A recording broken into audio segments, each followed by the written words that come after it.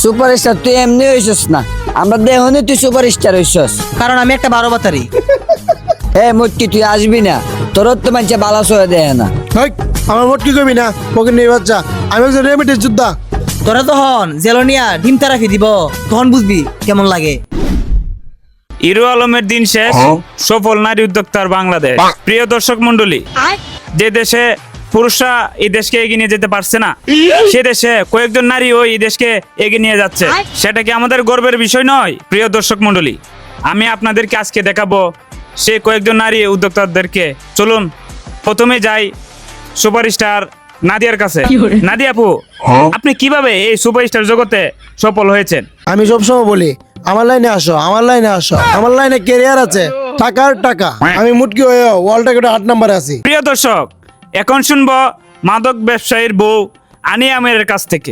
আমি অনেক ভাবিদের কইছি যে তোমরা জামাইরে সারি উড়িয়ে দিয়া লাভ নাই, আমার লাইনে আসো, আমার মতো জামাইরে দিয়া সবজি ব্যবসা করাও, এসব লাইনে টাকা আর টাকা। প্রিয় দর্শক, এবার শুনবো নারী উদ্যোক্তা একজন ফুটবলার ঋতু বর্মা। আমি কইছি বাংলাদেশ বুটে যে আমরা দুনো টিমে খেলাই, আমরা বেড়াইন দলও গেলাম, বেটেন দলও গেলাম। বেড়াইনিতে কিতা গেলে গোল দিতে না, জিতা ম্যাচ হারে। আর আমরা দেখছি নি আর 9-10 গোল দিয়ে জিতি।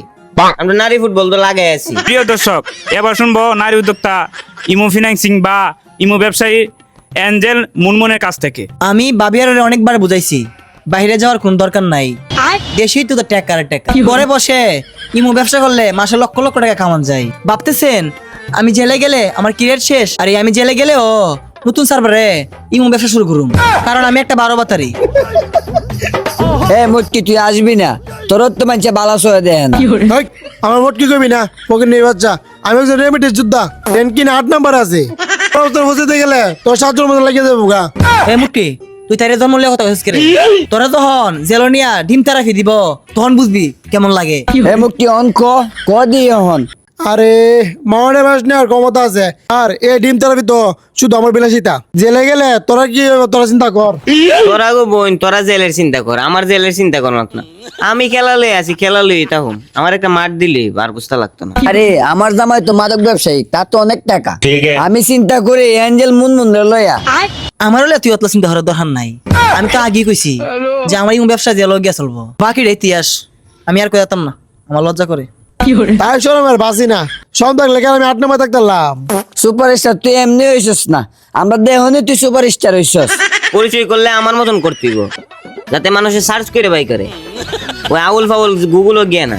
আপনারা আগে কইছিলাম আমার এইতে আউল ফাউল টক শোতে ডাকতেন না। আমি হচ্ছি খেলা প্রেমিক মানুষ, আমার ডাক দিবেন মা ড আনচুনিয়ানো আউল ফাউলের মাইসকানা। এই তাইতে কি থাকো গো, তাইতে কি থাকো? এই কথাটা কইতে কোন নেই, তার চুল দিয়ে রাখছিলাম। আর কথা কই না, আগে লোন তাই আগে সার্চ করতে চুল আছে বাতা চুল রাখতে গোটারে।